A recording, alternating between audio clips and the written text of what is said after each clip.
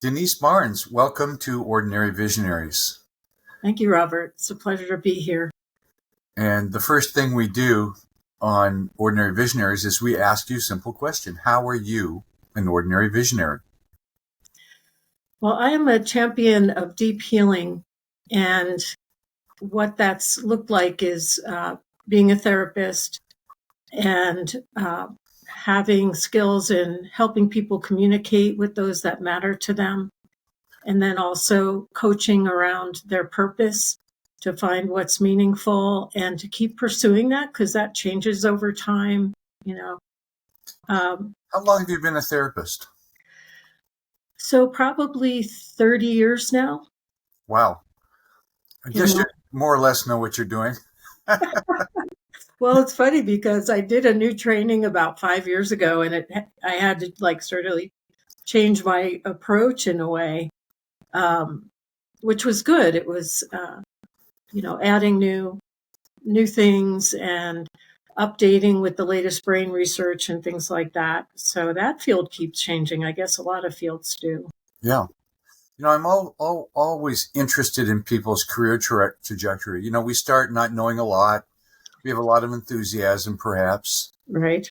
But the thing that makes ordinary visionaries a little different is they keep learning, keep trying new things, experimenting with things, really asking themselves what's going to work. So as a therapist, share some of the things that, and I've done some therapy, and I've done some therapy with my wife. And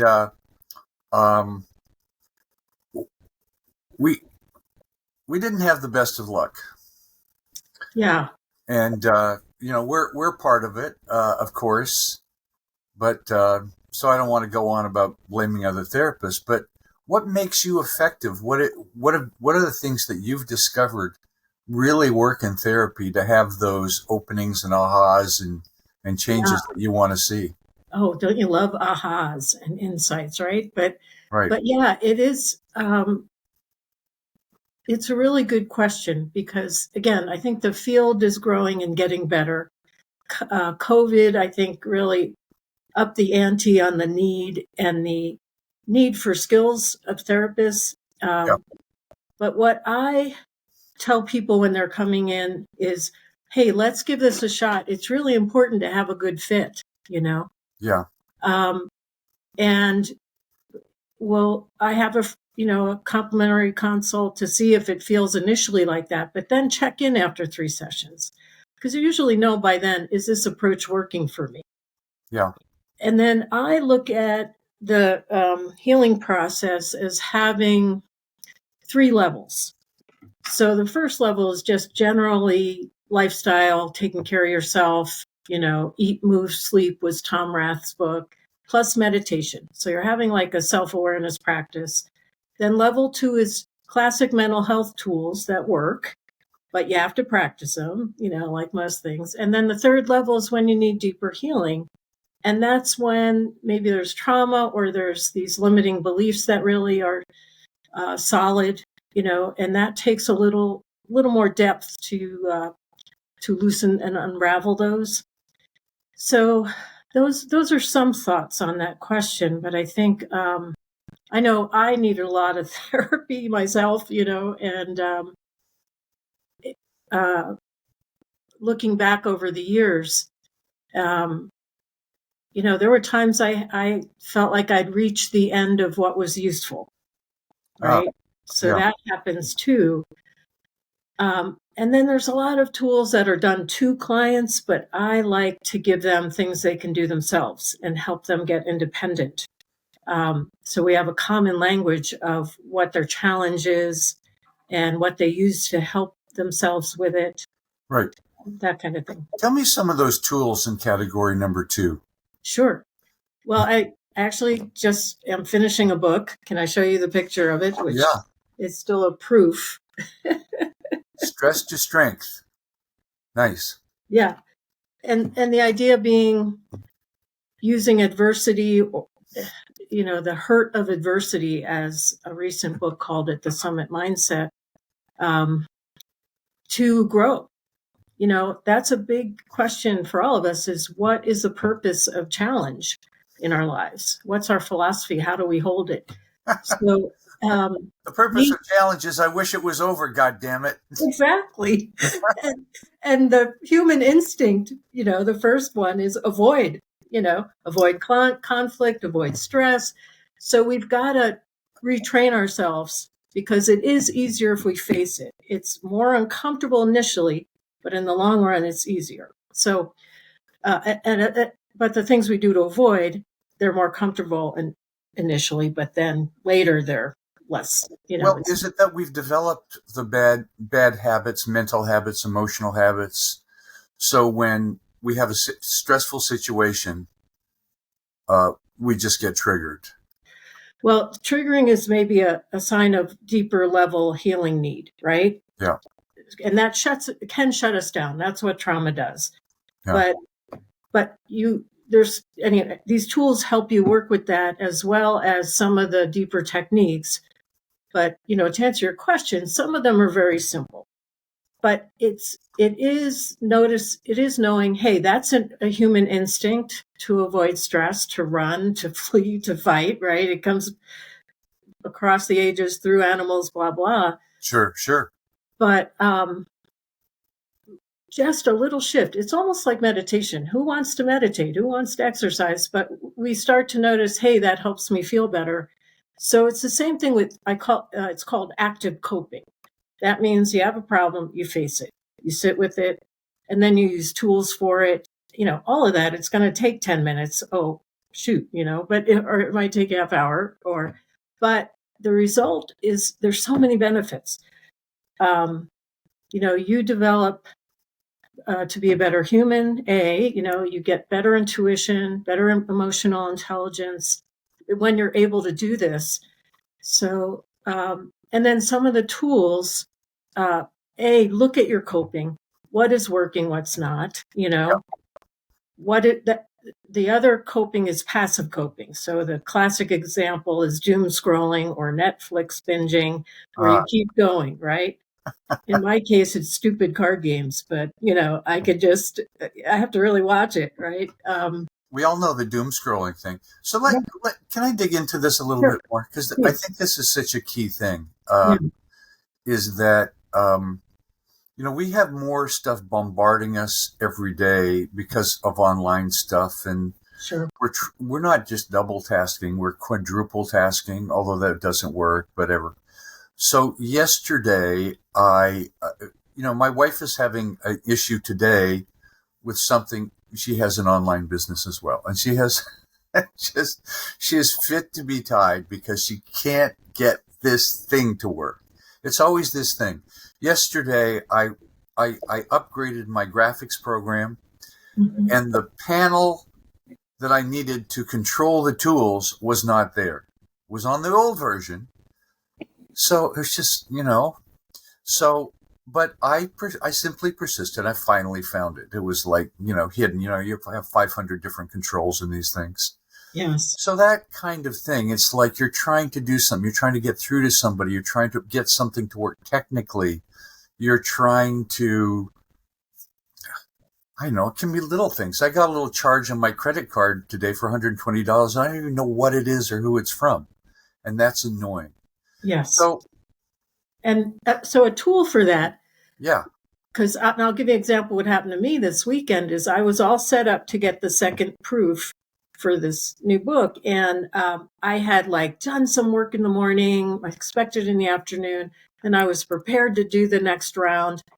And I look and it's not there. And Amazon says, we're sorry, this will be delayed by 5 days. And 5 days? and I was perfectly set up. And it's saying, be due to severe weather in the delivery area. I don't know which delivery area they're talking about, but it was 58 degrees in my delivery area. So I was like, what? So here's the tool. That was outside of my control. Yes. Yes. There's different coping skills for that. Yeah. And I could have, ranted and raved, blah, blah, right? Right. You could have had a fight, whatever, right? All the tension, but you kept going. with looking for that thing? I was a bit frustrated. I was Yep. about to ask for my money back. I was about not in a raging kind of way, but I was also gonna send him an email saying I can't find this. And I said, one more try. And in that one more try I found it. I can remember my mother, like when we lost things, and she'd say, keep looking, keep looking. It's like, well, we can't find it. And then we keep looking and find it. But yeah, so there's different coping, but it is, the ability to recognize, okay, I did all I could, but that's beyond my control. Yes. And then, what I had to do was, well, first I did text a friend and say, guess what? And she was very sympathetic, and that helped, right? And then I did some other things that were in my control. I cooked, I ended up watching part of a movie, and just was like, okay, I guess this timeline is going to be adjusted, right?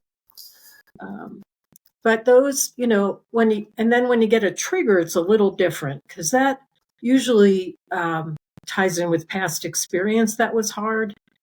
And again, we have ways now, better ways to work with trauma, to work with PTSD, where the idea is to lessen sort of the solidness of it, or the way it triggers us, because when we get triggered, we shut down. Yeah. So there's that is helpful. And this What is do you just mean by shut down? I mean, when I'm triggered, often I'll get angry or impatient. yeah. Some people, well, it's kind of tied into fight, flight, flee, or freeze. So Right. depending, it'll be one of these reactions, but you lose, basically fight or flight shuts down your reasoning, right? Right. Your executive functioning. It may make you react strongly to something that's more based on the past experience than the current one. So one of the tools, for example, and it could be for triggers, or it could just be for general mayhem, or distress, is to be with an emotion, to see what's underneath it, and then to ask, well, what else does this remind me of? And then you can see that old experience and realize, okay, I don't have to overreact here based on that, right? And I'll try to stay current, because yes, this current thing is stressful, but the old stuff tries to jump on top of the current stuff, right? Right. It's interesting how all these old patterns, which are transparent to us, Yeah. we- Yeah, they're under the radar. yeah, and they're pushing us around all the time. So I had Yeah. an insight as you're talking about this. I'm not trying to get you to do therapy. I'm just thinking the things that kind of pop up for me. Well, that's not a $120 charge. Right. So, I realized I have an expectation for things always to work, Mm-hmm. never to break down, always to go smoothly, things like that. And that's why Byron Katie's work was so cool, right? Yes. Yeah, that was very useful for me. And you uncover a belief underneath that, but Sure. the belief is everything should work Yeah. is just silly. I mean, things break down all the time. Yeah. And so I've come to the place where when something doesn't work, I realize, well, sure, I want it to work, but it's nothing personal. I can't force it to do something, but I Right. can be aware in the moment and explore. I just couldn't believe they put out that software program with that missing. It just didn't make sense. So it had to be there somewhere, right? Right. And the same with Amazon. I could have called up at, probably the way then it was 8 p.m. So the East Coast would have been late, and railed about it. And then I was just like, okay, let's do it. And then, instead of 5 days, it took 2. So that was great. Yeah. But who knows, right? And maybe there's something better. Maybe there's one last revision I'll make that, this is the thing when we can be more open to what will that delay Yeah. mean, ultimately. Or so, yeah, it's just funny how it all works together there. Yeah. Have you worked with many self-employed professionals? I have. When I hired a coach, 20 years ago or something, I was doing some performance work, and I just fell in love with coaching. So then I did life coach training. So I also do some business coaching. some health coaching. I've spent a lot of time as a counselor supporting people going through health crises. And so, but yeah, it's very interesting with entrepreneurs because, as we said, those limiting beliefs, they really do come up. And then I think a lot of coaches aren't sure what to do with them. But, therapists have those skills too. I mean, a lot of coaches do too now.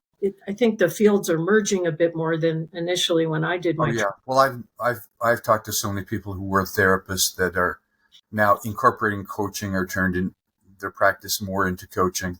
Sure. But I'm curious to know the kinds of things self-employed professionals and entrepreneurs that you kind of see over and over again. Sure. And it's sort of like the patient or the client is stuck in something that they've been banging their head against the wall, and which is causing them stress, unhappiness, dissatisfaction. Yes. And does the light go on with you going, I've seen this 50 times. I can help this person. Yes. And again, the tools that are going to be in this book are really helpful for that. Because I Great. see like the small step piece of it is just not derailing so long. Stuff comes up and challenges us, and sometimes it has a good message we need to hear, or clear, some old stuff to clear, whatever. But these tools help us stay on track with what's meaningful, right? So, the basic idea is the less time derailed, the better. And derailment is pretty normal. And again, sometimes there's bigger reasons for it that might require therapy, or a run of therapy to just work on some of that. For example, imposter syndrome, right? I get a little irritated with that phrase, and Yeah. how much sort of people want to define themselves with it. Because labels in general, like we have labels in mental health, but I don't think we have to hold on to those so tightly. And oftentimes, for example, ADHD tools will help that. So how much do we have to blame everything on that, right? But at any rate, yeah, that can come up. It came up for me for this interview, and I had to say, okay, I guess I should stop being so irritated about it and have some. But you're the therapist. You have all the answers. Oh, right. I should be better now after how many years of therapy, right? I know it's as I get older and as I retired, and I'm really working to have a fun, fulfilling, happy retirement, and I'm doing pretty well at it. But there's always stuff like your body starts to have issues as you get older, and Sure. that comes up. But and did you plan your retirement? Kind of, you knew it was coming, or was it more a spontaneous decision for you? Well, we've been planning for retirement in that we've been saving money for decades, right? And so I've been thinking about it, but I never had a plan that I'd retire on this date. Okay. Yeah. But at a certain point in my business, it was just like one morning, it's time. Yeah. And I retired on the day of 39 years exactly. I retired the day that I started my business, August 1st. So I thought that was kind of good. I thought it would be cooler if it had been 40 years, but 39 sort of makes it. 39 is pretty good. And August 1st is a good day. So, yeah. So that it didn't cause a lot of, some people retire from a company they've been with forever, and a year later they die. They have nothing to live for. Or maybe it's a coincidence, but I hear about that a lot. Yeah. And it's a big transition, and like socially for those who are working, they get a lot of contact there. So that can just be a big departure, so that I've just noticed that it's a big transition, and there's a lot of requirements to it. And I just love how you transitioned your newsletter and doing these. So you're, keeping your meaning going. I got something out of my system. I'm a jazz collector and listener, and I've compiled all of these albums for playlists, my very favorite jazz. Nice. And I wanted to write about it, and I had an opportunity for All About Jazz online magazine. So I wrote an article called 72 Jazz Thrillers. And it was 12 articles with 6 short reviews of all these albums. And it was great because I got it out of my system. It's just like, now I've told the world what I think the greatest jazz is. I can move on. So just sort of completing some things, I I think. have to read that. All Yeah. About Jazz, 72 Jazz Thrillers. So I'm interested. This is something I think about a lot and have thought about a lot for years and years, but I think I'm looking at writing an article on it right now, is the issue of shoulds. Yeah. And, I think that really dominates a lot of our thinking. I should do this. I should be this. I shouldn't do this. Or worse, or just as bad, they shouldn't do this. This shouldn't be like this. Donald Trump shouldn't be like this. Joe Biden shouldn't be like this. He should be like... The world shouldn't be like this. Yes, yes, yes. Yes, it drives us crazy. And I wonder what kind of insights you have about the shoulds that we have in our life. Sure. Well, after you use these tools a while and you just, are working with yourself, there's a tool for thoughts. So that is very helpful. And it's similar somewhat to Byron Katie, but what I've learned in helping people with that, with these reframes or, turning the thought around, is there's often a truth behind that, just like our emotions. There may be a truth that isn't presented well, right? Yeah. It's saying you shouldn't do this or that shouldn't have happened. But the truth is, oh, I had hoped this would go smoothly, or I have a lot riding on this, or whatever it is, or I was hoping to launch tomorrow, or whatever. And when it's more personal stuff versus business, it's, maybe there's something like they're doing this wrong, but the bottom, under that is I really care about them and I'm worried, So when we look at thoughts, and again, it doesn't have to take a long time, but usually we'll just we'll name the thought. You have to name it in its utter ugliness and sort of non-adjusted side. Give an example. Sure. So, or do you have a thought? Let me think. Well, let's say with the book not coming. I don't know. That's a business one. Maybe a more personal one would be better. Think of a client, maybe. Yeah, or the imposter syndrome. Like, I'm no good for this interview, right? Or this will expose all my flaws for the world to see, whatever, right? And then I come off looking bad. Right. What if all my clients quit on me after they see the interview? Or I'm going to have to talk about all the trauma from my beloved family, right? So, Right. but the truth is, okay, so that would be the naming it. And I'll, as part, do you want to hear the sort of detail of that tool? Sure. So then you would name the how strongly you believe the thought at first, and then what the emotion it brings up is and how strong that is. So we use the 1 to 10 scale, right? And then we can tell how off this is or how strong. So you're kind of measuring what your experience is. Yes. And in the beginning, usually it's high, right? And then we hope to see a drop. But So for that, the emotion would be anxiety, right? And then the second step would be to challenge it, right? So we say, is this true? Is this helpful? We might say, well, it's kind of true, yes and no, but no, it's not helpful is usually the answer there. Yeah. But then we probe a little deeper, say, what is true? So what is true is, this is a big deal, to do this, and I'd like to do it well, right? So that's part of the data. The other truth is, even though I may not feel like an ordinary visionary in this moment, I have done my best and I have contributed, right? So I just have to figure out what that is and get some sleep. So that's the other truth, is I was tired at the time when I was thinking about it.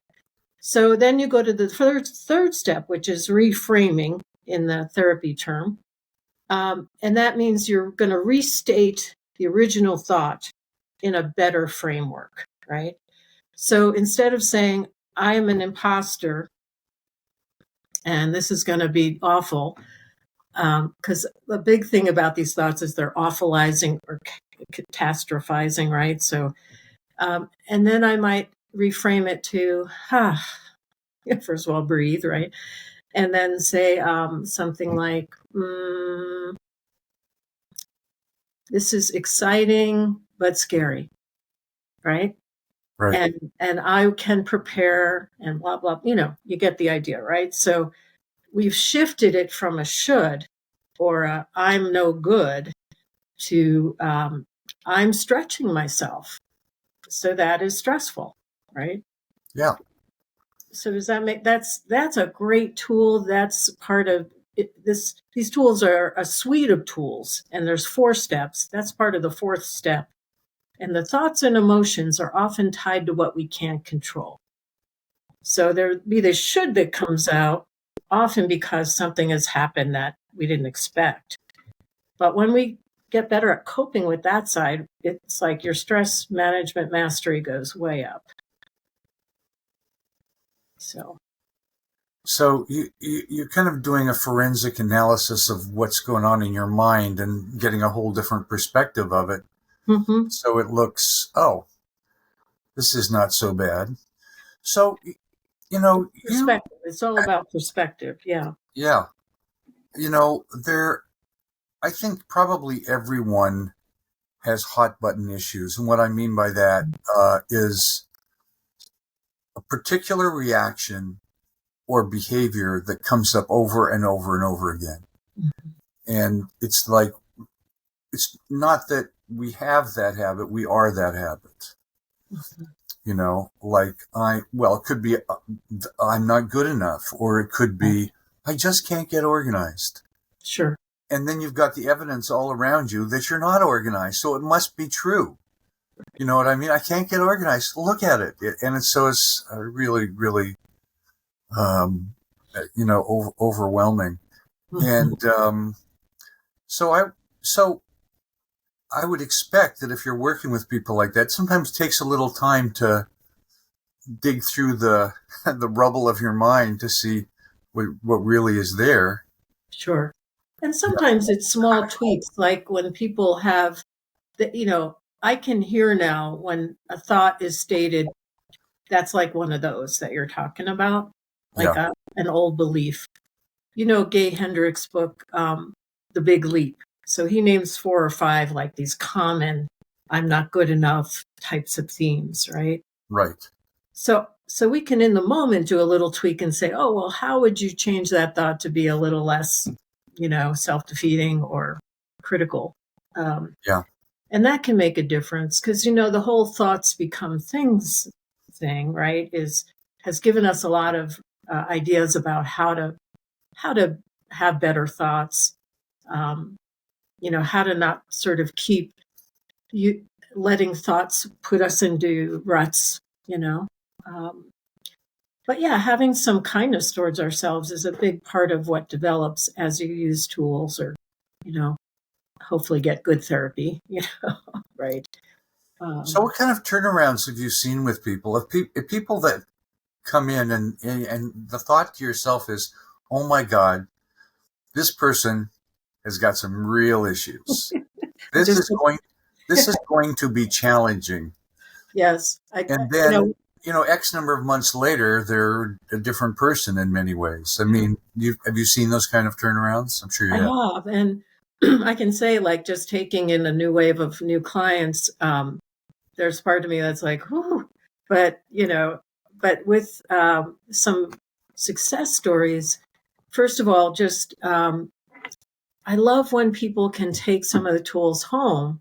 Like I had one client after just one session, 2 sessions maybe, and one of the tools that we got to, she said what she said is, these tools are realistic. I can do this. And then she said, I used it on the way home in the car. It's like, great. And then, Some people are like that. Some people yeah, like they they're so ready. much want something that will work, and they've tried so many Yeah. things, and they go in circles. And so, And these things, the tools that I'm putting out in this thing are simple and intuitive. So that's easy, right? yeah, Um, a big area I love to help people with is communication because, we don't get taught this. And just a few tips makes a world of difference. Like I remember one of the calls I had with a cancer patient. She was in the later stages and she was mad at her doctor and her son. And, so we unraveled what was going on and normalized some of the things like it's hard to hear this information and know what to do, but here's the normal path or, how you can deal with that. And they're probably trying to help, blah, blah, blah. Anyway, at the end of it, she realized, she had some questions for her doctor and she was ready to talk to her son. And then she sent me a note saying, thank you for bringing life to my death. oh So wow, I love helping just simple communication tools, like thinking about what the bottom line is, like we mentioned earlier, what's underneath my care and my worry and my criticism or whatever. yeah. And then how can I prepare to make this the most successful conversation? You don't need a whole book on this. Just a few things can shift it. You know, I I'm sure mean, there's been a lot of books written on it. However, well, I think I was just thinking of one of them that had like 5 or 7 steps. And it's like, oh, that sounds complicated. But even just a couple of initial orientations, can make it much better. And, like nonviolent communication will say, nobody's wrong. We're just different. All right. And this is what we're trying to figure out today is how do we deal with diversity? How do we get more unified? Right. yes. So So this is the kind of stuff I've been thinking about my whole life. This kind of thing, and I personal hear growth, you. spiritual Right. explorations, etc. And I find it so interesting. Remember I don't know. Charles Eisenstein's thing about we're trying to create the world our hearts know is possible. So that's what I came Say it back. once again. We're trying to. Well, something about at the beginning, I'm not sure, but we're trying to create the world our hearts knows is possible. Right. Well, that's kind of like the theme of ordinary visionaries. We want to do that. Yeah. We want to be happy. We want to be successful. We want to be loved. We want to all those things. We want to just frickin' get along better. Maybe that could be the name, of course. Frickin' get along better these days. Friggin' go from surviving to thriving, or right. So Yeah. and from There's thinking to understanding. Yeah. there's a whole area that you might call taboos, and what I mean by that is, so I'm married to someone from a different culture, and I had no idea how many pitfalls that would result in, because she had cultural beliefs in certain areas Right. that for me made no sense whatsoever. Right. And what was a really big thing for her, and vice versa, something was a big thing for me was nothing to her. Right. Right. But I'm sure that's true. I mean, we marry a different species, males and Different females. species. Yes. We think differently about things. We have different perspective. Different. How do I look? Mhm. Et cetera, et cetera. I wonder if you'd have some comments or insights or any stories about those kinds of things. Yeah, I love that you brought that up. I was thinking about this last night, and um, because when it comes to some of these cultural, let's say, wounds, I think that's across the board in some ways. My background is Irish, so there were wars and imperialistic challenges and trauma that I grew up hearing songs about, and just like it was really, Yeah, program. we pass this stuff down through the ages, obviously. This is ancestral trauma that I think we're actually getting a handle on today on how to work with that. But I had a client who is Latina recently, and so she was attending an empowerment workshop on the one hand. And then she also had a communication style that was rather off-putting, and she could admit that. And when we did a little work with the tools, she saw that clearly. But what the workshop was looking at is, are there times in your career when you feel not seen or heard because of your color, right? And that's a valid area and concern and reality. I don't want to deny that at all. But when we did the deeper work, there was a piece of her personal sort of approach that also made it hard to listen, for people. And she described it as like she's like the Hermione and Harry Potter going, pick me, and that's right. People are no. So so the takeaway is it's often a number of things, not just that are maybe behind visibility issues or being heard well, communicating well. I mean, that is a lifelong practice, like so many of these things. So does that Yeah. answer? Yeah. It's so easy to blame them. Them. And then, them could be all kinds of things: society, other people, classes of people, Yes. races of people, institutions, you know. And it's fear's way of trying to find something. It's trying to make sense of it, in a way, trying to understand it. So blame is sort of a primitive approach. And again, the more sophisticated we get, the more we hopefully rise above that as the only way to go. Right? Yeah. Right now we're going through what you might call the never-ending election season. Mm-hmm.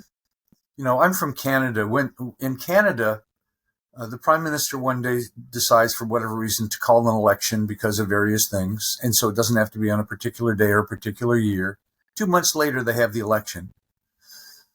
So much more sane. So much more sane. So anyway, that's sort of I missed my opportunity to move to Canada when a friend suggested it. So yeah. That doesn't mean they're just as involved in politics, but it's not like it's hanging over everybody's head forever, all the time, anything. So I wonder if there's any advice, insight you could give to us who are suffering this election season. And, I can't completely turn it off. I want to know what's going on. I do know what's going on, too much in some ways. Sure. But it can soak up a lot of energy. It can trigger a lot of anger. There should be a lot of shoulds. There can be a lot of shoulds and should lots nots, of right? shoulds. Pointing and recrimination, anger, and even violence in some cases. Yeah, I mean, and it's not like it's worse than it's ever been. Yeah, obviously. And again, we would see the whole array of coping options that come up with that, right? So when you want to improve it, or the idea would be have alternatives. The more coping skills you have, the better. So, but with this particular case, I think it can show us, yes, this reality in front of me sucks or whatever, right? It's not my preferred reality. But knowing reality is a bit amorphous, perhaps, or whatever, and then using your visualization skills to hold that vision of what would be better. Like even now, as we're approaching this, I still hold out a hope that something could change for the better. Yeah. Right? Or what can I do? What's a positive thing I can do? What can I do? And I love that you sent out to your list that activist thing. My performance thing was the unlikely activist. And in that process, I did spiritual and tantric techniques to try to pray for the situation, and it was just wacky, but that helped me feel like I was making a difference in a place I always, could easily feel just disempowered.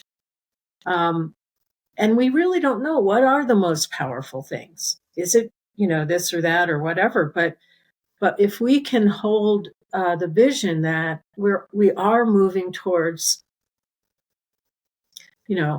what we a better union, better union and more cooperation, more cooperation. Yeah. Yeah. And actually seeing that, like, there's, again, the brain loves, the emotional brain is the one that gets upset, right? Oh, yeah. And the But we prefrontal, want to be right and make the other wrong. right, That nowhere is that more pronounced than in politics. right. So visualization, I would suggest, because that soothes the emotional brain. Yes. And however, like, for example, looking at what you have done in your community, that's probably changed the face of it. That Thanksgiving offering you did. Yeah. So remembering what is, what are signs of progress. That would be one idea that pops in. And then, yeah, there's all kinds of potential there spiritually for spiritual practice, as we know. Um, sometimes people will hold the view, wow, they seem so evil. And then Right. they're a really good actor if they've taken this on for all of our growth, or so how you hold it is important, Yeah. as many things. Yeah. So what's the future of therapy? What is the future of therapy? And we're Well, we're talking about hopefully in an ascendant direction yeah. where therapy works better, serves people better, helps people change their lives. I mean, that's what you know, Yeah. going back to Freud, that's what he was trying to do. Maybe his methodologies were, It's the very beginning of the field, right? yeah, exactly. If we look at medical, that was when they were, who knows, chopping limbs off, or I don't know, but yeah. Chopping limbs off. Sorry. Yes. Or it was very primitive at that point.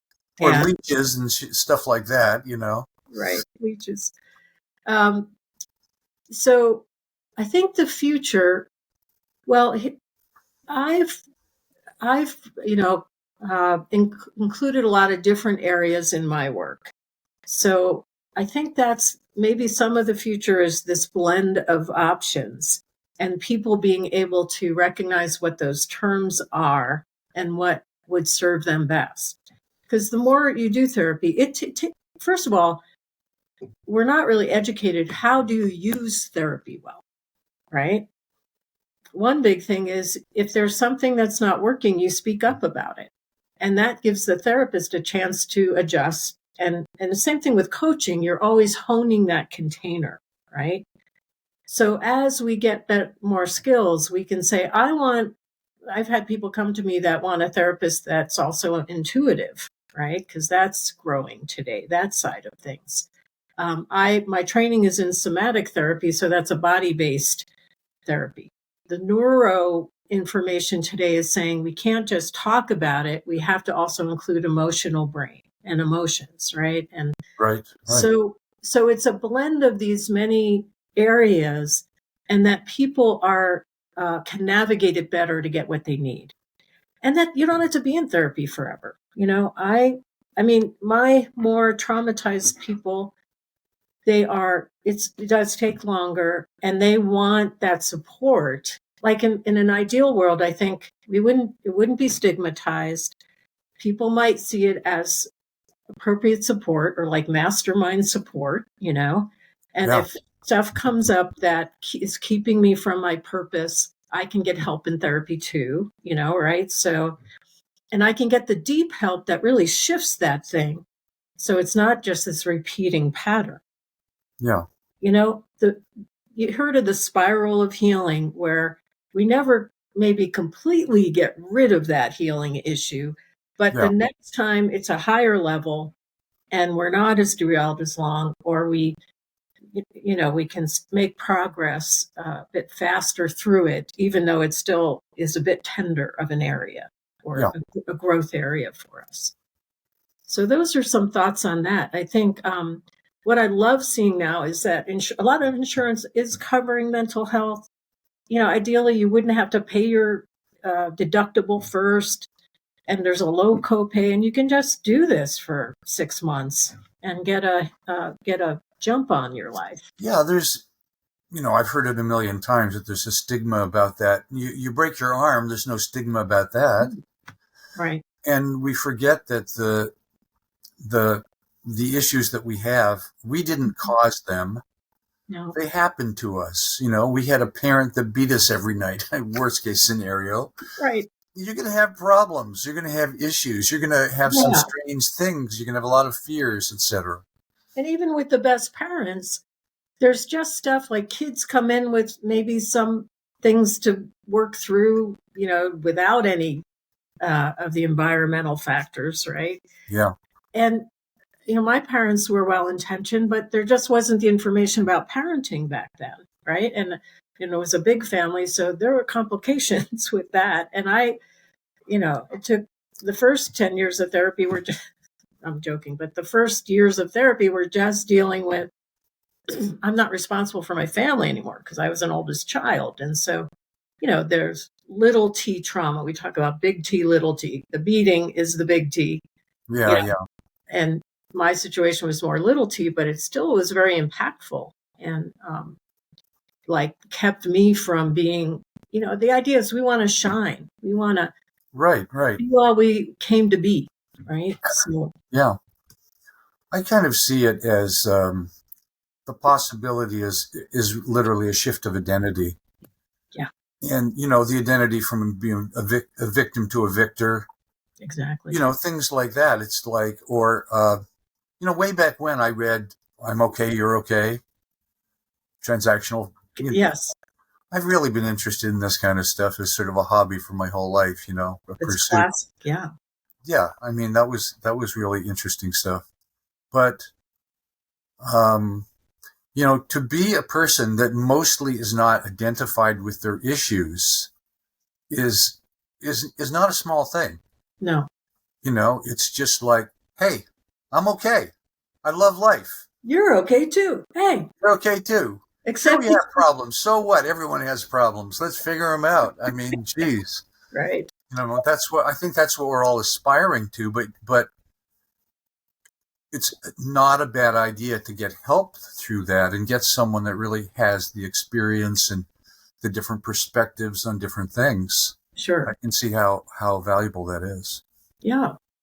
And people's readiness varies. So they might do a stint of therapy and maybe they weren't quite ready to do all of the work, but they hopefully got a good enough experience to know, okay, that's what that's about, you know.